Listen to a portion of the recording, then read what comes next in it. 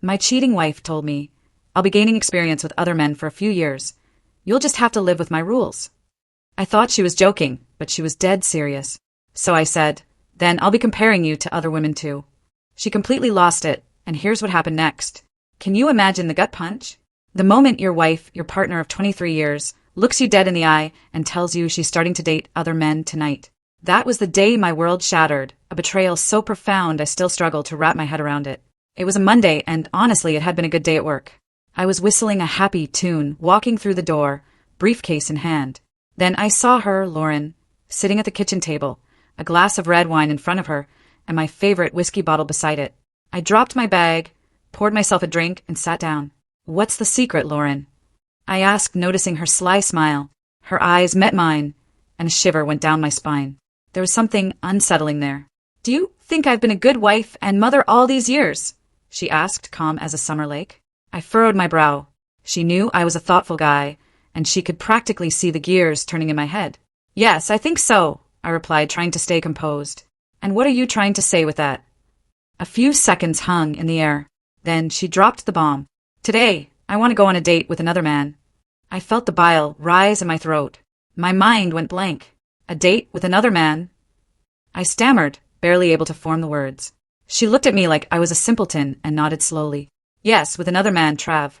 I haven't been on a date with anyone else since we became exclusive 24 years ago. I've been a good wife, a good mother to your children. I deserve a night with another man.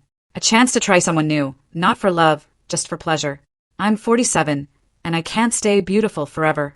I want to try more men while I'm still a desirable woman and can have them with the snap of my fingers.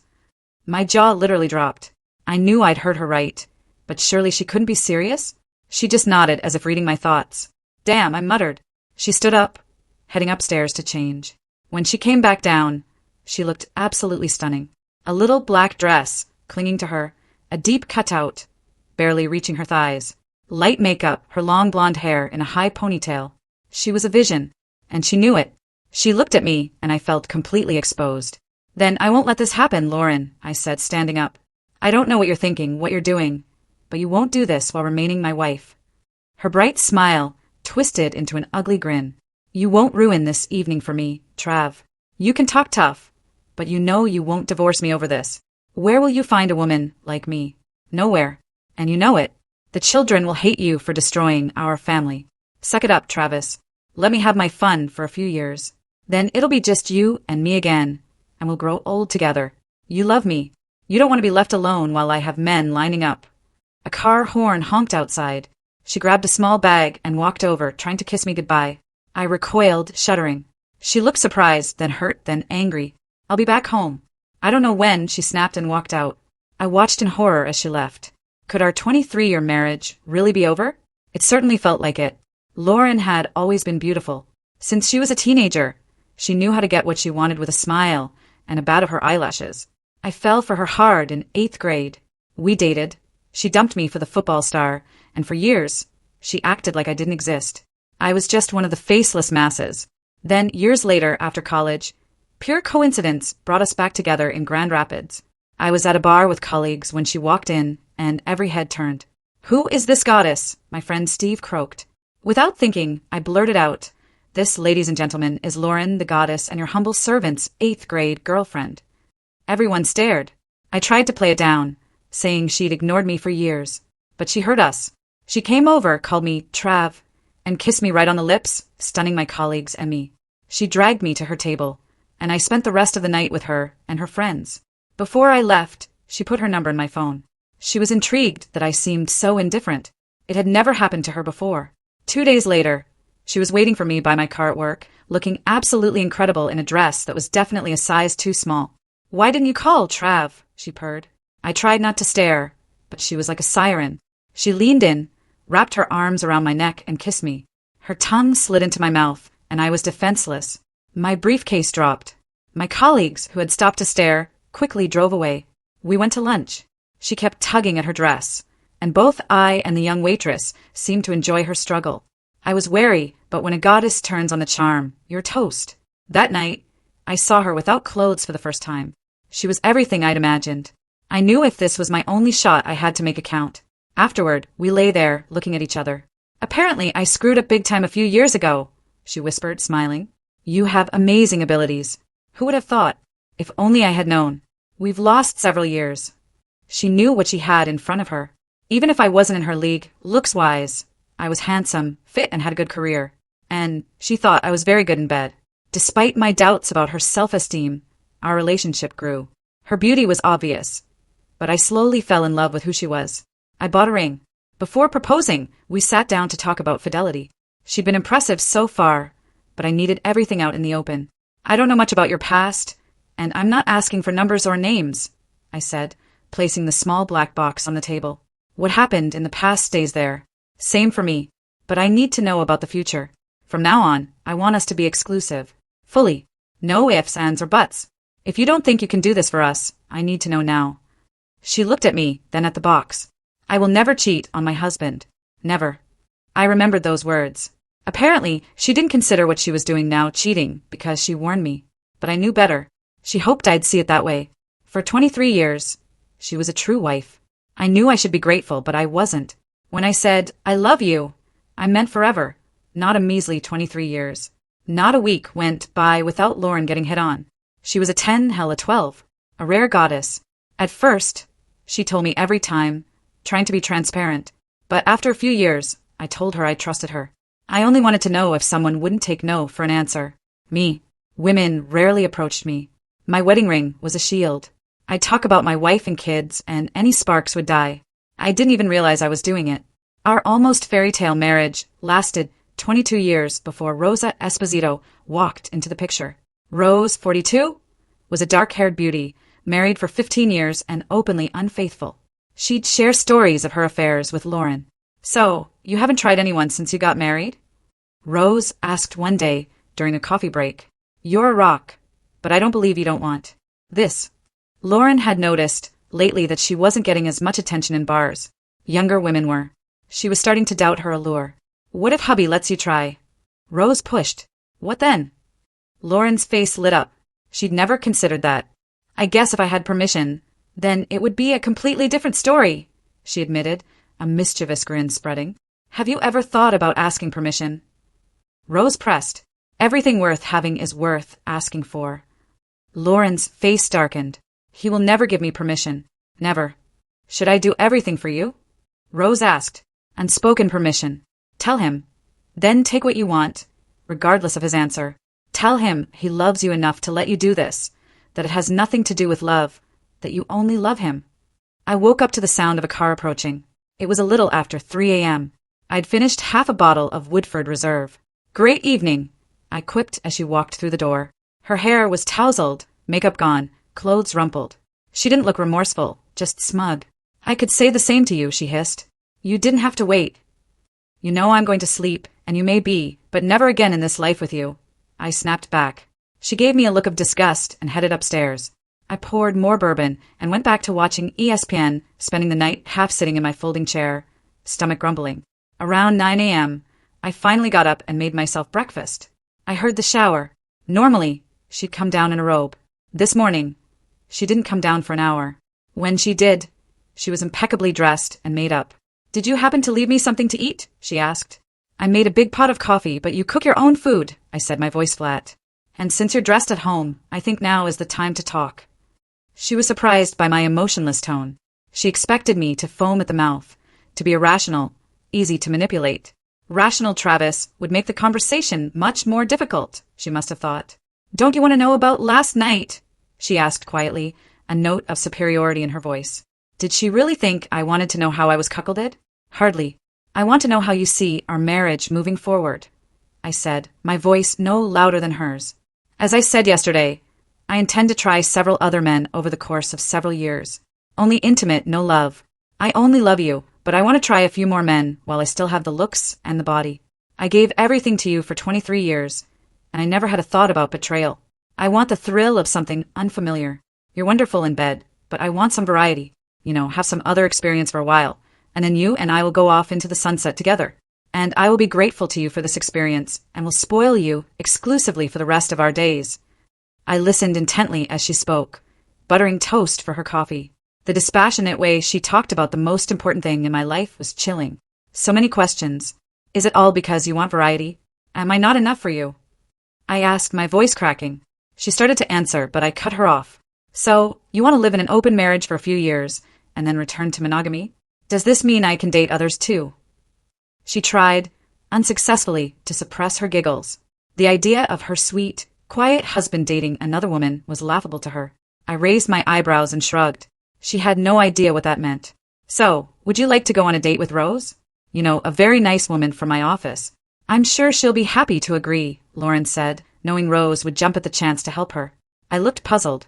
The lustful 21-year-old bachelor in me wanted Rose. The responsible 47-year-old married guy knew I couldn't. I would be glad to have a date with Rose. But no hanky-panky, thank you. That will make me as much of a traitor as you were last night, I said. Her face, which had started to smile, twisted into an angry grimace. I am not a traitor, she screamed. Well, if you insist, baby, I said, much more seriously than she expected. But I still don't agree to it. Well, come to your senses, baby, because I will do this even if you don't, she snorted. Monday morning, Rose came into Lauren's office. Lauren looked furious. To hell with this bigot and the horse he came on. Lauren hissed, slamming the door. Damn it, he even refused to date you. Rose frowned. I didn't know I was on the menu, but to hell with it. How could he refuse this? She said, stroking her body. How about your date? Did you have a good time, or did Travis ruin everything? The date was fantastic. Jonas definitely knows how to make a woman feel good. Lauren gushed. God, it's been so long since I felt another man. I definitely like the difference. Who do you think I should try next? They both laughed heartily. Lauren was encouraged that she wasn't immediately served with divorce papers. Since we had virtually no contact, she decided it was wiser not to ask about my plans. I, on the other hand, didn't want to rush into a divorce. I hoped she'd come to her senses, abandon her stupid plans to cuckold me. I believed I could forgive her. My hopes rose when she didn't go on a date the following week, though I still hadn't returned to our bedroom, and we weren't communicating. But the following Friday evening, Lauren was dressed to the nines again, ready for another date. Are you seriously planning to do this again with the same guy, or are you using someone else this week? I asked sharply. Damn, Trav, didn't you hear a word I said? It's not about you.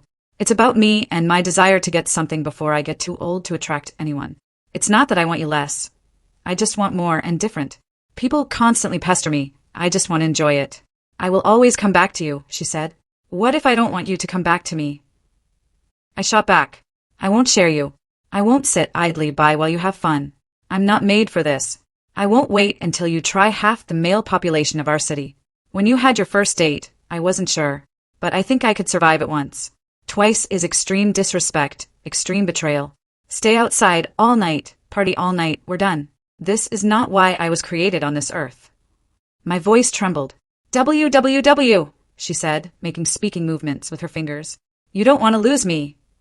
It doesn't have to be an either-or situation, I said. Last week, I'd instructed my lawyer to prepare the divorce documents, hoping they wouldn't be necessary. Now they were. I planned to call Lauren on Monday morning, but first, I needed to call my daughters. Neither 21-year-old Jackie nor 19-year-old Michelle believed me when I called them that evening, at least outwardly. But after talking, I realized Jackie might have guessed something was wrong. So, you knew she was going to create this nightmare and you didn't tell me? I shouted over the phone. You don't think I deserve to know what's going to happen? Please, Daddy, I found myself in a very difficult situation. One of you wouldn't be happy with me, no matter what I did. Besides, it's her body. It doesn't belong to you. And if she wants to share it... Stop. Do not continue. I yelled. I understand she put you between us, but don't tell me she can do whatever she wants whenever she wants because this body is hers. We took vows. The oath abolishes speech about her body. I understand, but... She muttered, then fell silent. Damn, baby, I'm sorry, Daddy, she whispered. When Lauren walked through the door at 2 a.m., I was nowhere to be seen. She looked even more disheveled than before. Gabriel Esposito, her date, had been a strong man. By the end of the night, she could barely move. She thought she could enjoy Gabriel another time. Lauren was shocked and embarrassed when she was handed divorce papers at her office on Monday morning. She burst into tears and ran to the ladies' room. Rose appeared a few minutes later. You should have known he'd at least give you the documents, Rose said. You really hurt him, baby. This is his way of hurting you back. An eye for an eye. Men are such children. He's trying to force things. He won't give up his 23-year marriage and half his belongings. Give him a week to be alone, and he'll come crawling back. Straightening up, Lauren returned to her desk, grabbed her phone, and dialed my number. How could you do this to me in the office? In front of everyone, she practically screamed. I know you're hurting, but I deserve better, Trav. After 23 years, don't I deserve something better than you unilaterally deciding to open our marriage? If I'm not right for you, couldn't you have just warned me in advance, and we could have parted ways like civilized people? I don't want civility. I don't want to get a divorce. I still love you. You still love me, she wailed. I still love you. But every time you have a night with someone else, that love diminishes, I growled. My love is not a bottomless well like yours. I always thought this was true. Who knows, maybe we were both wrong. Lauren fought the divorce. Her lawyer requested marriage counseling. I was adamantly opposed, but she smiled and I frowned as we were ushered into the consultant's office. Lillian Kamek was sitting there. Data on marriage counselors shows that most believe their job is to reconcile divorcing couples, and female counselors seem to be biased in favor of women, she began. Let's start with correcting the errors. Let's start with the simplest thing, Mrs. Wesley. Did you really tell your husband that you were going to date other men for a few years? I tried my best to hide my smirk. Lauren tried her best to hide her shock. She thought about lying but had no ready-made story. Yes, I told him about it, she answered quietly. That's what I want. I don't need him to do for me. This won't affect our marriage. Well, I think we'll end here, the consultant said. Sorry to waste your time, Mrs. Wesley. I'll talk to the judge and end this farce. But. Lauren began to stutter. Honey, if you thought for even a minute that what you did to your husband would work with me, then you are crazy. You should be ashamed of yourself, but obviously you don't have an ounce of shame. Frankly, you disgust me, Miss Kamek said. Over the next month, Lauren called and texted me several times a day. I had rented a small apartment nearby. I didn't answer. Then she turned to our daughters for help. Dad, you know you still love her. If she stopped dating other men, would you give her another chance? Michelle asked during one call. So, she still continues to do this, even after I served her? I asked, my voice trembling. Silence. That was all the answer I needed. Michelle didn't call again about it. I was surprised how quickly word of my impending divorce spread, especially among single women. Several women at work expressed condolences, as did friends of both of us. I was smart enough to realize not all condolences were altruistic. Connie Mung, Lauren's longtime friend, called to express regret. She almost directly offered me a shoulder to cry on, and not just a shoulder. I was shocked. Connie, a divorced woman I'd known for years, had never even glanced at me. I would never pursue a friend's husband. It's just wrong, she told me. But now that you are a free man, the rules are different. I'm letting you know that I'm interested in you. Shocked, I'm flattered. But I'm not a free man yet, Connie, and I won't date until the divorce is final. I know I'm being stupid, but I won't cheat, I said. You're such a Boy Scout, Trav. This is one of the things I like about you. I always liked it. Can you at least set me up on a date when you're free? Connie asked. Of course, I said. But I don't want to come between you and Lauren. You've been friends for many years. I appreciate your sensitivity, but just because it's stupid doesn't mean I should miss out on a good person. I wouldn't even think twice if you were just some guy I didn't know when we just met, Connie said. Maybe I'll call you when I take off the leash, I joked. Connie was an Asian beauty, 5 feet tall, toned, with waist-length black hair. I was more than surprised she was interested. I was true to my word and called Connie the day my divorce became official.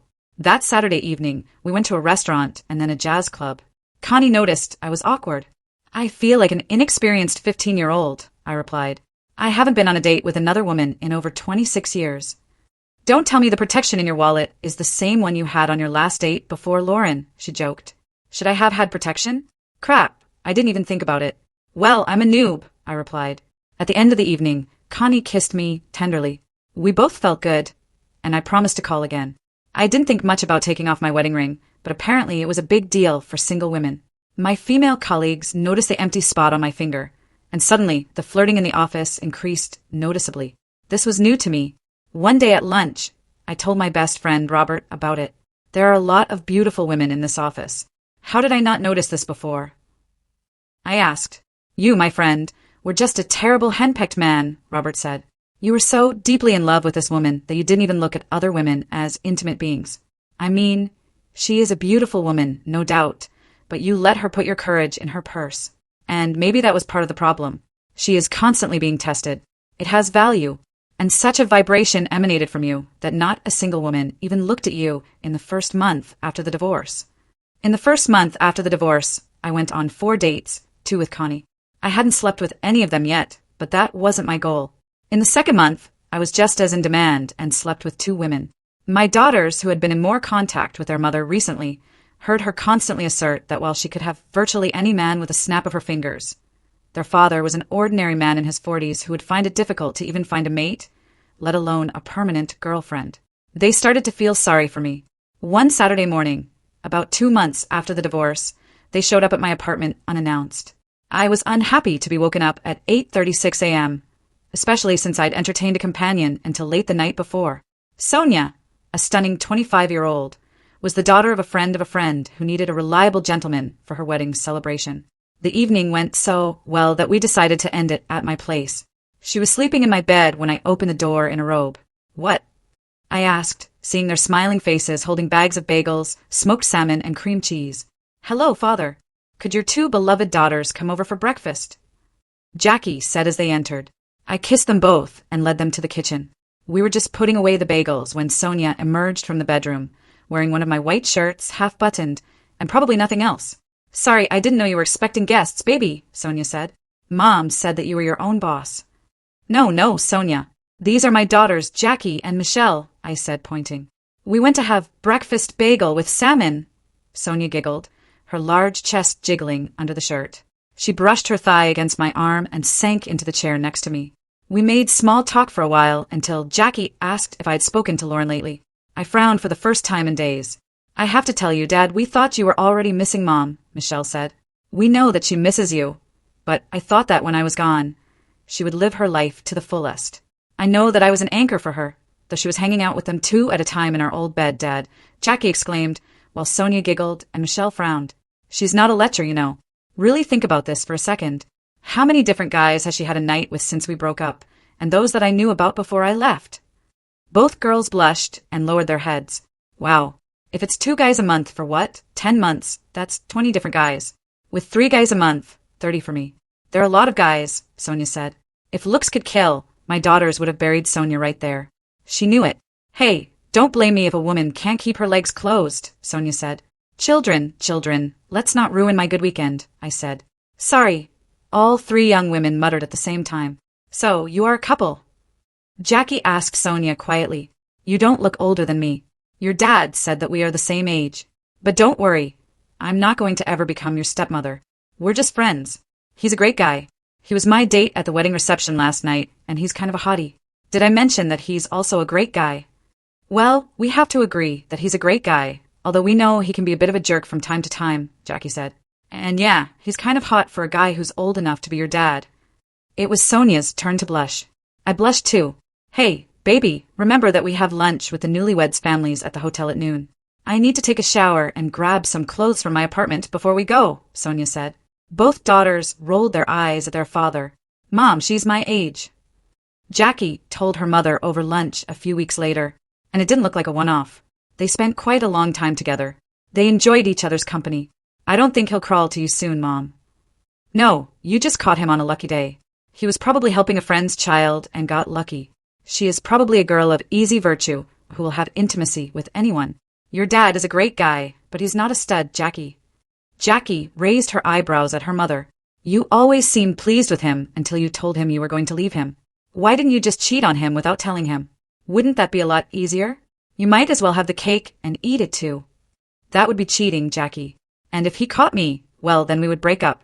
Having told him about this, I didn't cheat and was sure that he would give me what I wanted when he realized what exactly he would lose. I must admit, I did not expect a divorce.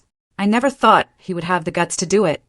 "Mom, I think you mistook love for weakness, and somewhere along the way, you decided that everything depended solely on you. Was it all worth it?" For the first time, Lauren's face showed the stress of what she had to endure from Rose's lips. Everything sounded much better than it actually turned out to be. She couldn't tell her daughter that the intimacy was normal, but no, it wasn't worth it. She also couldn't tell her daughter that she never thought I would do anything other than sit around and pine for my beautiful ex-wife. She was so self-absorbed that she had no idea that a handsome, if not gorgeous, man with great character, intelligence, and a solid job could be very attractive in the singles market, and not just for middle-aged women. She knew that after the divorce, I dated several women, including her old friend Connie, and now with some young woman of easy virtue the same age as our eldest daughter. Instead of sitting at home and mourning his past life, he goes on dates like a single 20-year-old and gets more attention than he deserves. She didn't tell Connie when she found out her friend was dating her ex for the first time, figuring it was some kind of pity date, but the second date was completely unnecessary. And she told Connie privately in a rather loud tone, "I thought we were friends, Connie. You should be on my side. We girls have to have each other's backs."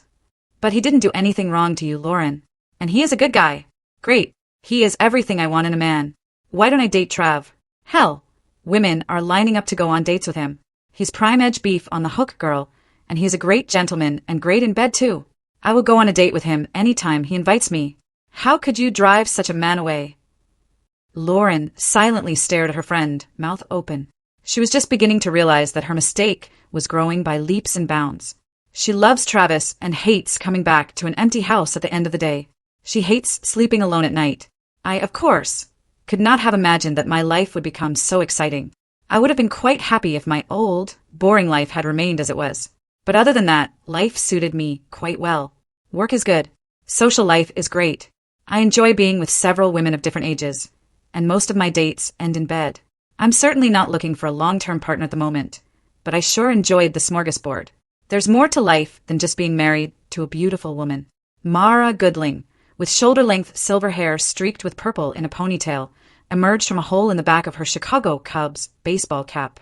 Her blue Cubs t-shirt hugged her ample chest, and her light blue Levi's clung to her figure.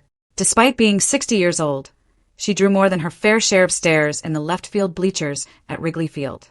One of the people looking at her appraisingly was the man she was with, Travis Wesley, the ex-husband of one of her longtime employees, Lauren Wesley. We were at a Cubs game as part of a weekend trip to Chicago. Mara had worked with Lauren for over 15 years. She'd met me at several corporate events and always thought I was handsome and pleasant. She knew Lauren and I had divorced about 2 years ago. Mara had been a widow for about 5 years. Her husband had died in a car accident. During this time, she went on only one date, after which she decided to find out my phone number. Yes, I remembered her. It was hard to forget a woman who seemed to exude both style and beauty. I thought I'd like to go to dinner with her. Absolutely, I replied. That was several months before this moment. Our first date was at an expensive restaurant, followed by a concert at the Philharmonic, tickets provided by Mara. The evening ended with us kissing at her front door. The second date was a Saturday hike. She giggled several times when it clearly tired me, had to take short breaks. It turns out she and her late husband were avid climbers and hikers. And although I thought I was in good shape, I was wrong. I also learned that Mara had a toned body for an older woman and mesmerizing gray eyes. The date ended with us making tender love on the rug in her living room after a steamy make-out session on the sofa. She intrigued me with her combination of wealthy class and girl-next-door freshness. Mara happily agreed when I suggested she spend the weekend sightseeing in Chicago as part of our third date. On our first date, Mara told me she had no intention of telling Lauren we were dating. If asked, she wouldn't deny it, but she wasn't going to advertise it. Mara also told me that Lauren told her coworkers that we were divorcing due to irreconcilable differences. I told Mara the same story I told everyone else. Lauren had cheated on me with at least 2 different men. I didn't elaborate. In the 2 years since my divorce, I've developed several strong relationships and enjoyed what I consider an amazing, intimate life. All my partners had a good opinion of me, and some hoped they'd be considered when I decided to trust women again and get married. Lauren worked in a different direction. As she told her then-husband before her first date, she was simply looking for satisfaction. While she still had the looks to attract almost any man, she wasn't looking for an emotional relationship like most of her partners. This major difference between us would be a problem for Jackie. Jackie and her mother were deep in wedding preparations, which I was happily paying for. When Lauren told her daughter that she thought both parents should attend the wedding unaccompanied to reduce tension, Jackie quickly agreed and conveyed it to me over lunch. Does this brilliant idea come from you or from your mother? I asked sternly. I plan to bring a lady with me. I'm paying for this holiday, and I'm going to have a lot of fun with the one I bring. Hell, I've been taking dance lessons for about a year now, ever since you announced your engagement. Have you taken dance lessons seriously just for my wedding? This is so cute. But no buts, Jackie. She apparently doesn't have anyone she considers close enough to invite, so she's trying to put pressure on me. And again, She acts like a selfish jerk and tries to manipulate the situation in her favor. Sorry, baby, but I won't be showing up to my daughter's wedding without a date. If you don't have the courage to tell her about it, then I certainly will. She can go alone or take a gentleman with her. That's her business. I'll bring the lady with me, I said. Got it, Dad. I will tell her. Your point is correct, and I really want to see you dance. But could you still bring someone older than me? I can do this, baby, but you really should watch how Sonia and I dance. I smiled widely, and she returned a wide smile. I took Connie with me to the wedding. I thought she looked great in the sea green dress she bought, and I paid for. We argued because I bought this dress. I explained that since I was the father of the bride and would be wearing a tuxedo, she needed a new dress, which I'd be happy to buy. And yes, I understand that it also requires shoes, I told her with a wide smile. Walking my eldest daughter down the aisle was one of the greatest and worst experiences of my life. All the other fathers who had told me it would happen had hit the mark. Still, it was a wonderful day. Connie, my children, and I had fun and danced until late. The only moment that caused discord was the appearance of my ex-wife with her own gentleman. Not that I cared, but the guy spent most of the first part of the wedding smirking at me, and then most of the second part staring and groping several women like an obnoxious drunk, at least until Jackie asked her mother to remove the guest. Lauren, clearly embarrassed, apologized profusely and quickly ushered the man out the door before leaving with her date. Lauren still took the time to follow Connie into the women's restroom. You're the one who stole my man, she said to Connie. I'm sorry, but I've never stolen a man from anyone, Connie answered. He divorced you before we even started dating. You have no one to blame for this divorce but yourself. You threw away a great man for cheap intimacy. Lauren's face turned purple. Her eyes, which had initially been staring intently at Connie, suddenly dimmed. She lowered her head and stood motionless as Connie walked out.